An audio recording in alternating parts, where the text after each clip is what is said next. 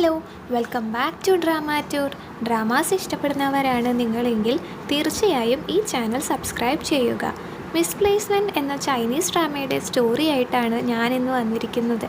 ആകെ മൊത്തം 25 എപ്പിസോഡ്സാണ് ഈ ഒരു ഡ്രാമയിലുള്ളത്.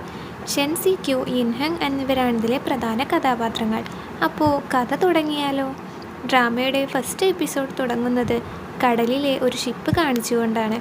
ആ ഷിപ്പിലെ ഒരു മുറിയിൽ ഡ്രസ് ചെയ്തുകൊണ്ടിരിക്കുകയാണ് ഗായികയായ നമ്മുടെ നായിക ഷെൻ സി ക്യു.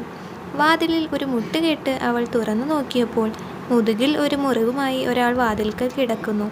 അവൾ അയാളെ താങ്ങി പിടിച്ചുകൊണ്ട് മുറിയിലേക്ക് വരുന്നു. മുറിവിലെ രക്തം തുടച്ചു നീക്കുന്നു. അയാൾക്ക് വേദനിക്കുന്നുണ്ടെന്ന് മനസ്സിലാക്കിയ അവൾ അയാളോട് സംസാരിച്ചുകൊണ്ടിരിക്കാൻ പറയുന്നു. സംസാരിച്ചുകൊണ്ടിരുന്നാൽ നമ്മുടെ വേദനകൾ നമ്മൾ മറക്കുമെന്ന് അവളുടെ അച്ഛൻ ചെറുപ്പത്തിൽ അവളോട് പറഞ്ഞിട്ടുണ്ടത്രേ. അവൾ പറഞ്ഞത് ശ്രദ്ധിക്കാതെ അയാൾ മൗനം തുടരുന്നു.